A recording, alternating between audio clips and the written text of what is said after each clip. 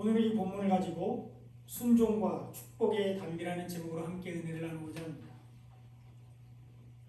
오늘 본문은 이스라엘 백성들이 가나안 땅에 들어가기 전에 모세가 행한 설교입니다. 모세는 가나안 입성을 앞둔 출애굽 2세대들에게 세 편의 설교를 통해서 하나님께서 이스라엘 백성들에게 어떻게 이스라엘 백성들을 인도하셨는지, 하나님께서 행하신 일과 가나안 땅에 들어가서 하나님의 말씀에 순종할 때 누리게 될 축복과 불순종할 때 임하게 될 징계에 대해서 선포했습니다. 모세는 광야 생활 40년을 돌아보고 가나안 땅에 들어가서 지켜야 할 계명들과 각종 규례들에 대해서 가르쳤습니다. 경고와 예언을 통해서 하나님의 축복과 징계에 대해서 설교했는데, 오늘 본문은 모세의 두 번째 설교입니다. 하나님은 애굽에 내린 10가지 재앙을 통해서 이스라엘 백성들을 출애굽시키시고 빠른 길, 지름길이 아닌 광야길을 선택하셨는데, 광야 훈련을 통해서 이스라엘 백성들을 영적으로 무장시키기 위해서였습니다.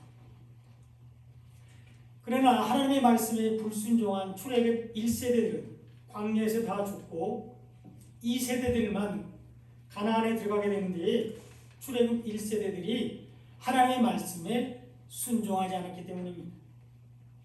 그래서 그들 중에서 가나안 땅에 들어가는 사람은 여호수아와 갈렙뿐이었습니다. 심지어 모세까지도 가나안 땅을 바라보기는 하였지만 들어가지 못했는데, 율법으로는 구원을 받을 수 없다는 것을 상징적으로, 비유적으로 보여주고 있습니다. 오직 복음으로 구원받는다는 것을 말씀하는 것인데, 율법의 마지막 선지자였던 세례 요한이 죽자 예수님의 복음의 사역이 시작되었습니다.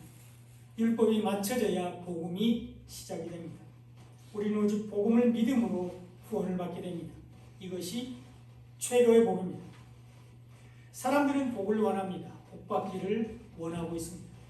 건강의 복, 물질의 복, 자녀의 복, 또 가정이 평안한 복을 받기를 원합니다.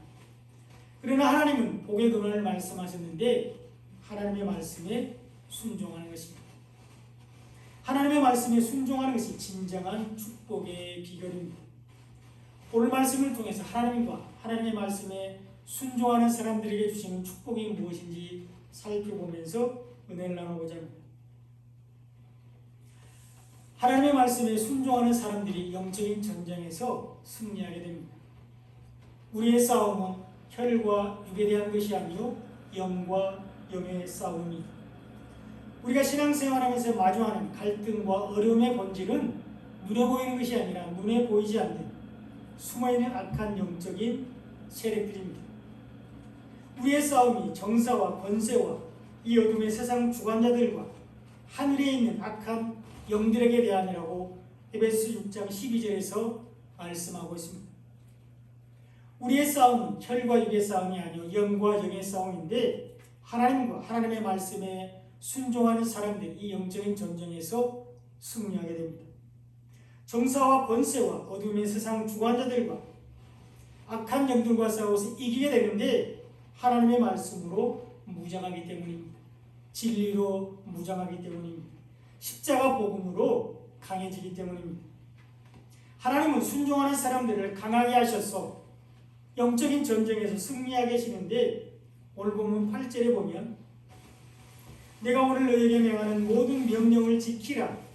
그리하면 너희가 강성할 것이요 너희가 건너가 차지할 땅에 들어가서 그것을 차지할 것이라고 말씀하고 있습니다. 하나님의 모든 명령을 지킬 때 강하게 되어서 영적인 전쟁에서 승리하게 됩니다. 하나님께서 약속하신 땅에 들어가게 됩니다. 그러므로 우리도 영적인 전쟁에서 승리하기 위해서는 모든 명령을 지켜야 하는데, 약속하신 하나님의 나라에 들어가기 위해서 하나님의 모든 명령을 다 지켜야 되는데, 그래야 우리가 강해질 수 있는데, 하나님이 우리에게 지키라고 말씀하신 명령은 신의 산 율법입니다. 각종 제사법과 성결의 규례입니다. 절기를 지키는 것입니다. 그러므로 우리는 이러한 하나님의 명령을 다 지켜야 됩니다. 그래야 강하게 되어서 영적인 전쟁에서 승리할 수 있습니다. 그러나 문제는 우리는 하나님의 명령을 다 지킬 수 없다는 것입니다. 우리는 하나님이 지키라고 말씀하신 율법을 다 지킬 수 없습니다. 우리는 더 이상 율법이 요구하는 5대 제사를 드리지 않습니다. 상번제나 초하루나 각종 절기를 지키지 않습니다. 또 3대 절기를 지키기 위해서 예루살렘으로 올라가지도 않습니다. 예수님이 십자가에서 율법을 다 완성하셨기 때문입니다. 구약의 5대 제사는 예수님이 십자가에서 단번에 드린 단번 속죄의 모형이요 그림자입니다. 각종 절기는 예수님의 죽으심과 부활을 기념하라는 것입니다. 영과 진리로 예배드리는 것, 온 마음과 뜻과 정성을 다해 예배드리는 것이 우리가 예루살렘으로 올라가는 것입니다. 그러므로 예수를 믿는 것이 하나님의 명령을 지키는 것입니다. 복음을 받아들이고 믿는 것이 하나님의 명령을 지키는 것입니다. 그 복음을 잃어버리지 않고 생명의 말씀인 복음 안에서 주님과 동행하며 사는 것이 하나님의 명령을 다 지키는 것입니다. 쉽고 간단합니다. 얼마나 감사한지 모릅니다. 우리를 구원하기 위해서 보내신 예수님을 우리의 구세주로 믿고 십자가 복음을 받아들이고 믿는 것이 하나님의 명령을 다 지키는 것입니다. 억지로나 부득이함으로 예배드리지 않고 구원의 은혜에 감사하여 기쁨으로 주님께 나와서 영과 진리로 온 마음과 뜻과 정성을 다해 예배드리는 것이 하나님의 명령을 지키는 것입니다. 이것이 율법을 지키는 것이며 하나님께 제사를 드리는 것이며 절기를 지키는 것입니다. 하나님은 처음부터 우리가 하나님의 명령인 율법을 다 지킬 수 없다는 것을 아셨습니다. 그래서 지키라고 우리에게 주신 첫 번째 십계명의 두 돌파는 백성들에게 내려오기도 전에 들려주기도 전에 깨져버렸습니다. 그래서 두 번째 돌판을 주셨는데 죄를 깨달으라고 주셨습니다. 율법으로 죄를 깨닫는 것이 율법의 영광인데 이런 사람들이 예수님께 나아가게 됩니다. 율법을 통해서 죄인임을 고백하는 사람들이 복음을 받아들이고 믿게 되는데 이것이 하나님의 명령을 지키는 것입니다. 우리가 율법을 완성하신 예수를 믿을 때 우리는 율법을 다 지키는 것이 됩니다. 안식일과 절기의 주인이신 예수님, 십자가에서 5대 제사를 다 이루신 예수님을 믿을 때 우리는 하나님이 우리에게 명령하신 명령을 다 지키는 것이 됩니다. 그러므로 우리는 예수를 믿어야 하는데 복음을 받아들이고 믿는 것이 예수를 믿는 것입니다. 그 복음 안에서 주님과 동행하며 사는 것이 예수를 믿는 것입니다. 단순히 교회를 다니는 것이 아니라 예수님이 나를 위해서 어떤 일을 하셨는지를 알고 구원의 은혜에 감사하여 영과 진리로 온 마음과 뜻과 정성을 다하여 기쁨으로 예배드리는 것이 예수를 믿는 것입니다. 이런 사람들은 영적으로 강하게 되어서 영적인 전쟁에서 승리하게 됩니다. 바울은 마귀를 대적하기 위해서 하나님의 전신갑주를 입으라고 권면했는데 우리가 주님 안에 있을 때 강해집니다. 이것이 에베소서 6장 10절로 11절에 잘 나와 있습니다. 너희가 주 안에서와 그 힘의 능력으로 강건하여지고 마귀의 관계를 능히 대적하기 위하여 하나님의 전신갑주를 입으라 이렇게 권면했습니다. 우리가 예수님 안에 있을 때 강해지는데 우리 안에 생명의 말씀이 차고 넘치는 것입니다. 우리가 예수님 안에 있는 것입니다. 우리가 십자가의 능력으로 강해지는데 우리가 복음 안에서 살아갈 때 사망 권세를 이기신 예수님의 십자가의 능력이 지금 우리에게 적용이 됩니다. 마귀가 제일 무서워하는 것은 생명의 말씀인 복음입니다. 그래서 마귀는 복음을 보기만 해도 두려워서 떨게 되는데 귀신 들린 사람들이 예수님을 만나는 것만으로도 보는 것만으로도 두려워서 떨었습니다. 마찬가지로 우리도 복음을 가지고 있으면 마귀가 두려워서 떨게 되는데 말씀으로 마귀를 물리치게 됩니다. 이것이 마귀를 대적하는 것입니다. 영적인 전쟁에서 승리하는 것입니다. 하나님의 말씀에 순종하는 사람들이 영적인 전쟁에서 승리하게 되는데 이것이 순종의 축복입니다. 또한 하나님의 말씀에 순종하는 사람들이 하나님의 나라에 들어가게 됩니다. 하나님의 나라에서 영원히 사는 축복을 누리게 되는데 순종하는 사람들에게 베풀어 주십니다. 오늘 본문 9절에 보면 여호와께서 너희의 조상들에게 맹세하여 그들과 그들의 후손에게 주리라고 하신 땅 곧 젖과 꿀이 흐르는 땅에서 너희의 날이 장구하리라 이렇게 기록되어 있는데 하나님의 말씀에 순종하는 사람들에게 언약하신 땅을 주십니다. 아브라함과 이삭과 야곱에게 약속하신 땅을 기업으로 주시는데 젖과 꿀이 흐르는 땅을 주십니다. 젖과 꿀이 흐르는 땅에서 날이 장구하리라고 말씀하고 있는데 영생을 주신다는 것입니다. 하나님의 나라에서 영원히 살게 된다는 것을 말씀하고 있습니다. 하나님의 말씀에 순종하는 사람들이 하나님의 나라에 들어가게 되는데 하나님의 나라는 이 세상 나라와는 다릅니다. 하나님은 이스라엘 백성들이 들어가서 차지하게 될 가나안 땅을 젖과 꿀이 흐르는 땅이라고 말씀하셨지만 이것은 물질적인 풍요를 말하는 것은 아닙니다. 하나님의 언약과 축복 그리고 그에 따르는 순종의 의미를 담고 있습니다. 하나님의 말씀에 순종할 때 축복의 단비를 내려주신다는 것입니다. 고대 사회에서 이 젖은 많은 가축을 의미하고요. 또 꿀은 자연의 단맛과 결실을 상징합니다. 그러므로 젖과 꿀이 흐르는 땅이라는 것은 많은 가축을 통해서 풍성한 열매를 거두는 축복을 누린다는 것인데 이것은 비유입니다. 하나님의 나라를 상징적으로 보여주는 것으로서 말씀으로 가는 나라가 하나님의 나라입니다. 율법과 복음을 통해서 믿음을 가진 사람들이 가는 나라가 하나님 나라입니다. 말씀을 믿음으로 은혜로 가는 나라가 하나님 나라입니다. 천국을 상징하는 가나안은 젖과 꿀이 흐르는 땅인데 여기서 말하는 젖은 어린 아이들이 먹는 율법을 상징합니다.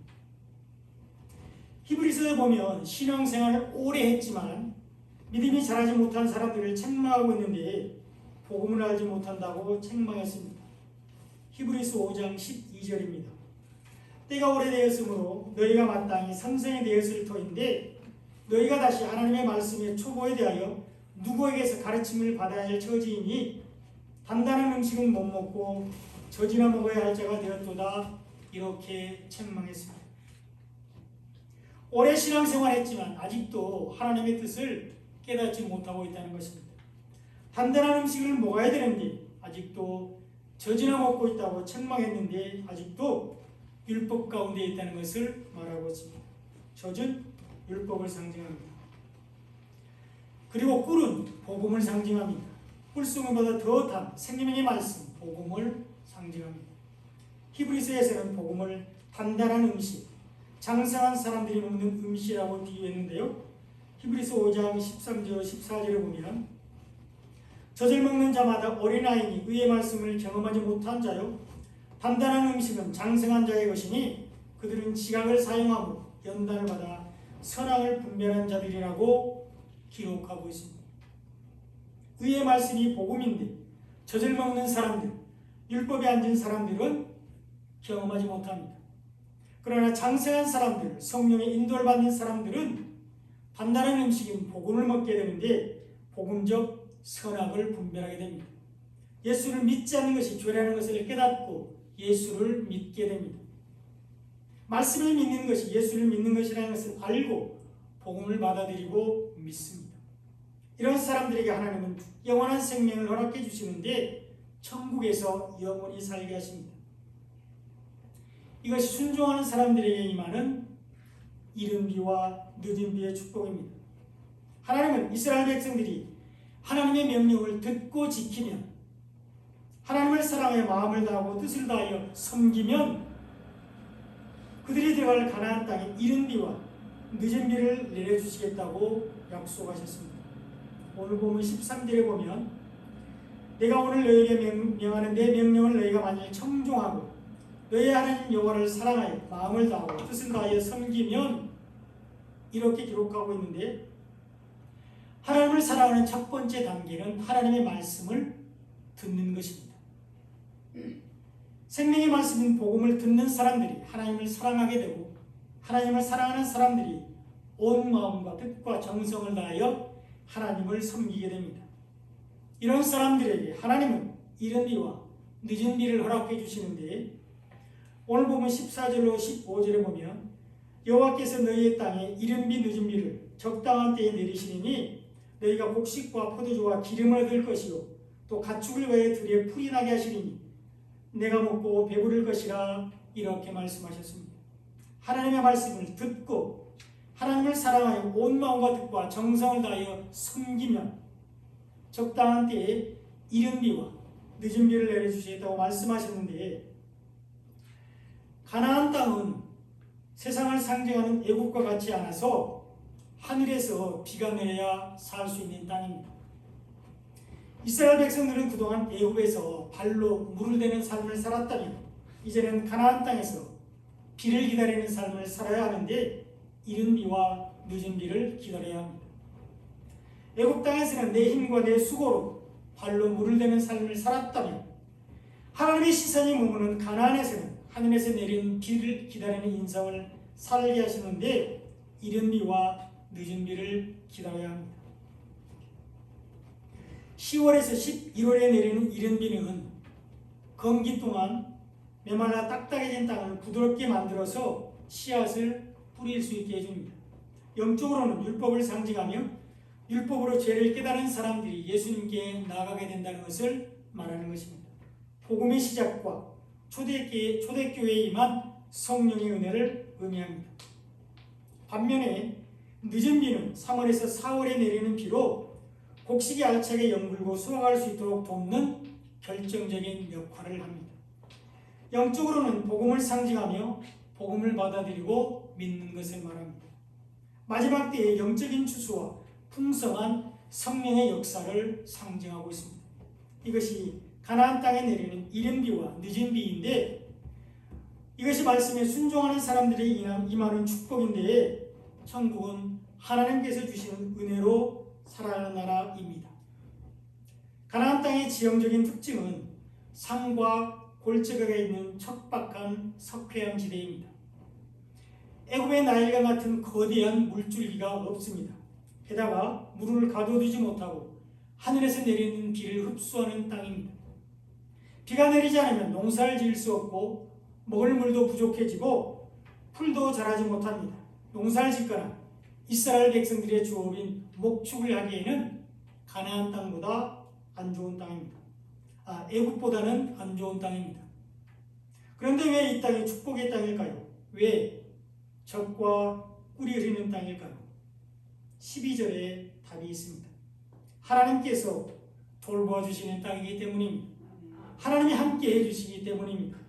내 하나님 여호와께서 돌보아주시는 땅이라 연초부터 연말까지 내 하나님의 눈이 항상 그 위에 있느니라, 이렇게 기록되어 있습니다. 이스라엘 백성들이 하나님의 말씀에 순종할 때 이른 비와 늦은 비를 주셔서 곡식과 포도주와 기름을 얻게 하십니다. 우리가 말씀에 순종할 때 풍성한 말씀의 은혜와 성령으로 충만케 해주십니다. 감찰하신 하나님이 이스라엘 백성들이 하나님의 명령에 순종할 때 가축을 위하여 들에 풀이 나게 하셔서 먹고 배부르게 하십니다.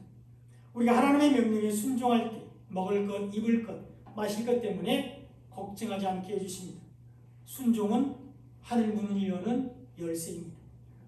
하나님의 말씀에 순종한 사람들이 하나님의 나라에 들어가게 되는데 이것이 순종의 축복입니다. 그러나 불순종은 하나님의 은혜를 받게 되는데 심판을 받게 됩니다. 하나님은 이스라엘 백성들이 불순종했을 때에 하나님이 친히 대적이 되셔서 이스라엘을 징계하셨는데 재앙을 내리시고 주변 나라들의 침략을 받게 하셨습니다. 곡물을 약탈당하고 재물을 빼앗기고 포로가 되게 하셨습니다. 그러므로 불순종을 경계하셨는데 스스로 삼가라고 말씀하셨습니다. 이방 풍속을 따르지 말라고 경고했습니다. 우상을 섬기지 말라고 말씀하셨습니다. 스스로 삼가지 않으면 속히 멸망할 것이라고 말씀하셨습니다. 16절로 17절입니다. 너희는 스스로 삼가라. 두렵건대 마음에 미혹하여 돌이켜 다른 신들을 섬기며 그것에게 절함으로 여호와께서 너희에게 진노하사 하늘을 닫아 비를 내리지 아니하여 땅이 소산을 내지 않게 하심으로 너희가 여호와께 주신 아름다운 땅에서 속히 멸망할까 하노라 이렇게 경고하셨습니다.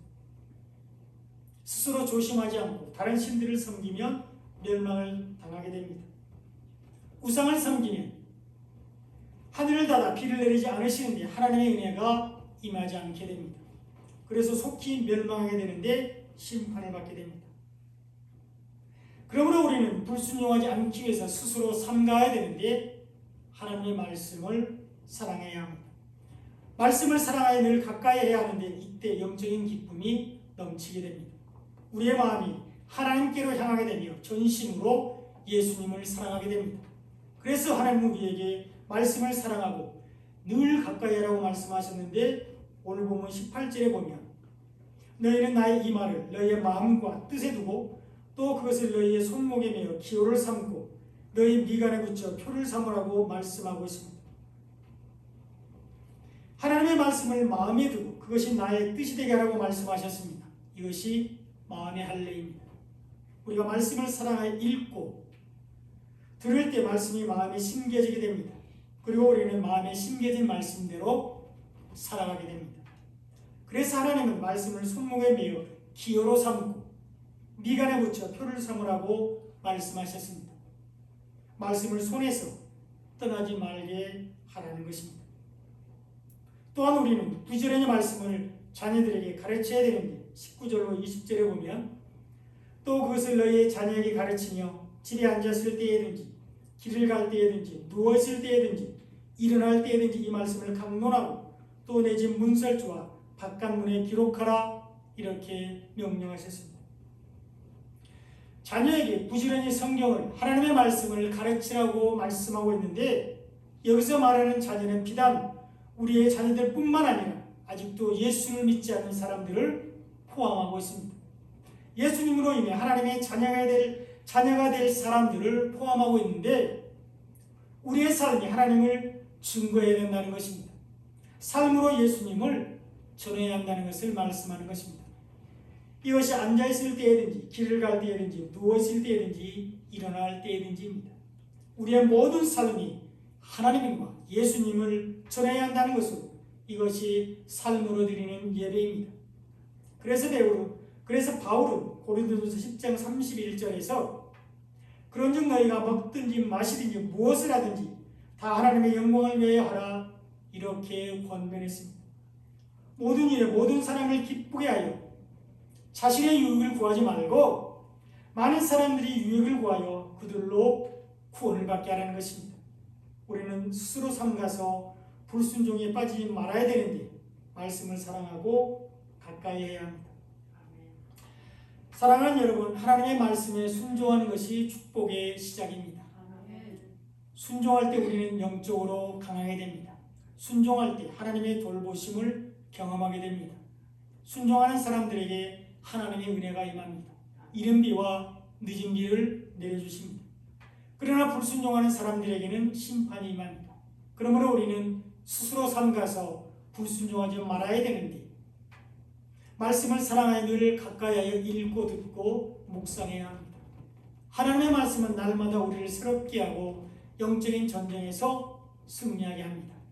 이런 은혜와 축복이 넘쳐나시기를 예수님의 이름으로 축원드립니다. 아멘. 기도하겠습니다.